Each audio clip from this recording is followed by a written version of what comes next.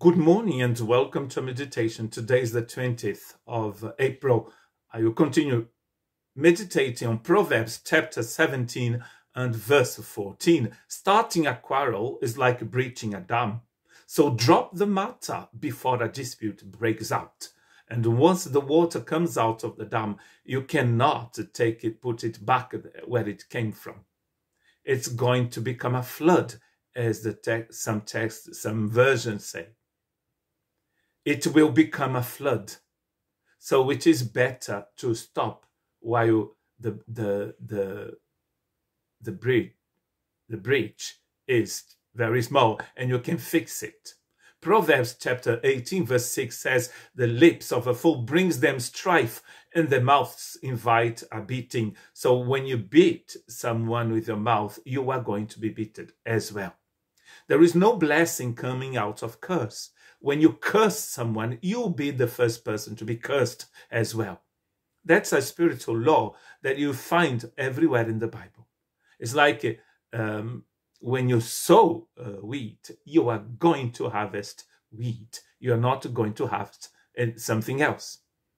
And a fig tree, says James, can only produce fig. An olive tree will produce olives. It's not going to produce apples. So everything that you are speaking is either going to bless you or to curse you. Proverbs chapter 13 verse 10, "Where there is strife, there is pride, but wisdom is found in those who take advice." To listen, it's much better than to speak in the wisdom of God.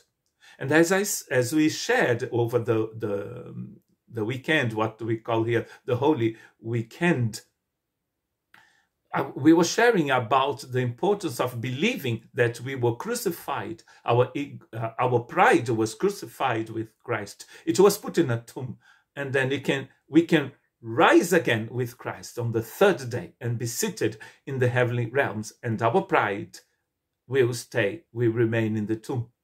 But sometimes we just go back there and we take it back and we use it because that's the way we are. Paul says to the Galatians that we should crucify our flesh daily. It doesn't say daily, but we should crucify it daily. As if it is necessary to do it today, we should do it.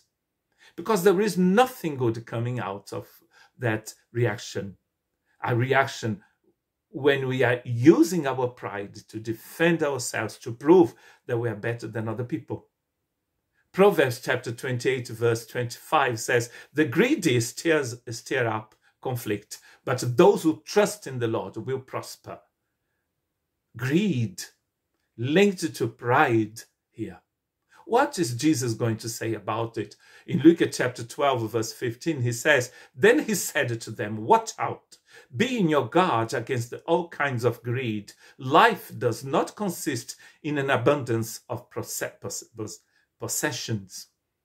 Your life doesn't consist in an abundance of possessions. So leave greed and pride in the tomb where they belong. God bless you.